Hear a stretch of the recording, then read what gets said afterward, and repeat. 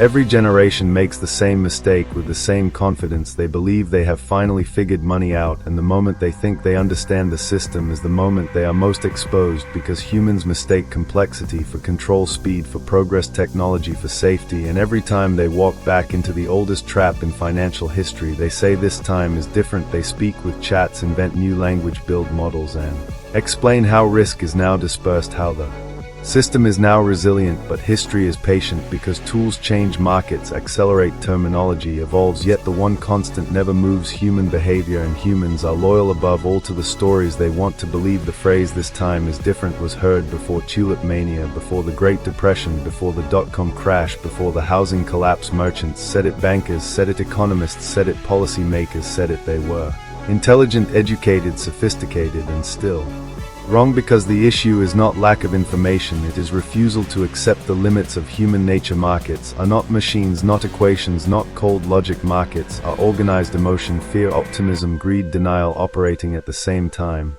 And when enough people believe the same comforting narrative, illusion begins to behave like reality. Prices validate the story feeds prices, logic follows behind. Skeptics are dismissed as outdated. The system expands, confidence rises, risk becomes invisible. Then everyone crowds to the same side and balance quietly disappears. History repeats in pattern, not detail. In one era tulips become the new economy, in another railroads, then radio stocks, then conglomerates, then internet companies, then housing, now algorithms, liquidity and permanent intervention. The asset changes, the costume changes, the core does not, because illusions survive not by being obviously false but by being emotionally useful. The favorite illusion of all is permanent growth.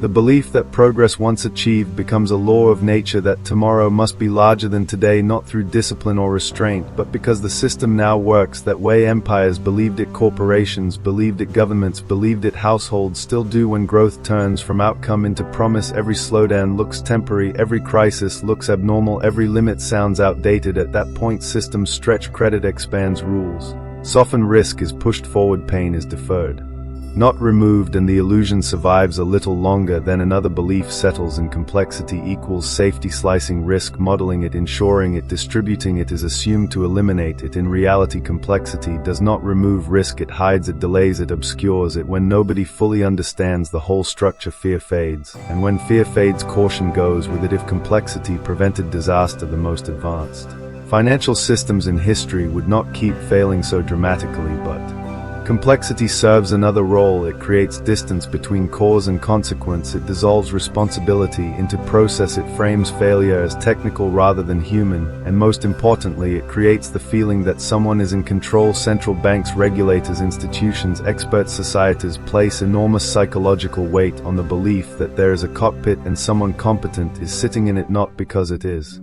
always true, but because believing it keeps the system functioning. Confidence is a currency, yet history shows control is often reactive, fragmented, constrained by incentives that rarely align with long-term stability. Decisions are made under pressure, with incomplete information and political consequences hovering overhead. The appearance of control buys time, it does not guarantee outcomes. Meanwhile, costs never disappear, they move. Debt allows societies to consume future growth. Today, inflation reduces obligations quietly, bailouts transfer losses from individuals to systems. At least that is the narrative, but each mechanism feeds the same illusion: that pain can be managed without being paid, that consequences can be postponed indefinitely, that someone else will absorb the impact. History is relentless about one thing: costs always surface, and when they do not land evenly. Some benefit early, some exit in time, some never recover. Entire generations can do everything right and still inherit a system burdened by decisions they never voted for. That is not moral failure, it is structural consequence born from illusions that outlived their usefulness. The most dangerous moment in any economic cycle is not collapse, it is confidence, the belief that the system has evolved beyond its past, that risk has been domesticated, that warnings are outdated. History does not repeat because it wants to, it repeats because human psychology has not evolved at the speed of financial systems. In the gap between innovation and behavior, illusions thrive, and the longer they go unchallenged, the more convincing they become, until suddenly they are not. What makes illusions resilient is not ignorance but familiarity. People assume the system they live in is natural. Rules feel permanent, incentives feel inevitable. Questioning them sounds like heresy after every crisis. Societies promise restraint, regulations are written, safeguards are Built but memory erodes faster than structures decay over time. Protections look like obstacles, rules seem inefficient, caution feels excessive. New participants enter the system. They did not experience the last collapse. They inherit rewards, not scars. To them the warnings sound like myths from a primitive era. An illusion quietly regains ground. This is why cycles do not require collective stupidity, they require collective amnesia. The human mind is not built to carry long abstract timelines of risk. It responds to what is visible, immediate, reinforced. When systems reward certain behaviors long enough, those behaviors begin to feel rational even if they are fragile. The modern world did not escape this dynamic, it accelerated it. Information moves instantly, capital crosses borders in seconds, yet decisions are still filtered through the same emotional machinery that once guided merchants loading ships. By candlelight the tools are sharper, the instincts are the same, short-term successes still mistaken for proof. Rising prices are still confused with value. Complexity is still treated as intelligence, and when something works long enough, people stop asking why and start assuming it always will. One of the most persistent illusions in modern finance is that knowledge alone protects us. More data, more models, more history books must mean less vulnerability, but information often produces confidence, not wisdom, and unchecked confidence can be as dangerous as ignorance. Systems do not collapse because everyone misunderstands them, they collapse because enough people understand them, just enough to exploit incentives while assuming someone else is managing the downside. The truth is simple: no system can outgrow the psychology of the humans operating it. Markets fail not because charts were wrong, but because people overestimate control, underestimate tail risk, and delay accountability. When consequences are not immediate, and when those consequences finally arrive, they are framed as anomalies.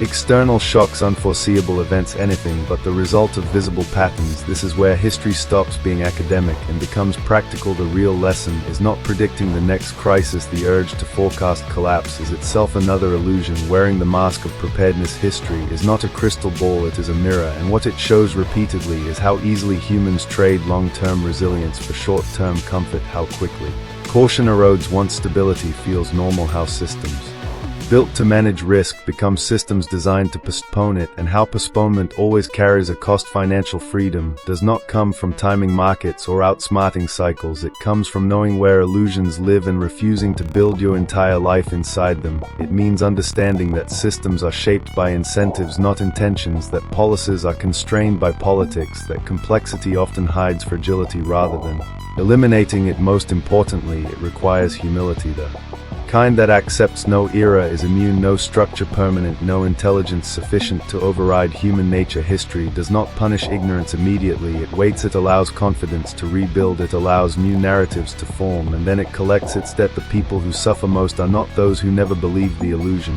but those who believed it had finally disappeared. Progress does not erase patterns, it disguises them. The past is not behind us, it is beneath us, shaping the ground we stand on, and what feels like solid foundation is often just old mistakes hardened over time.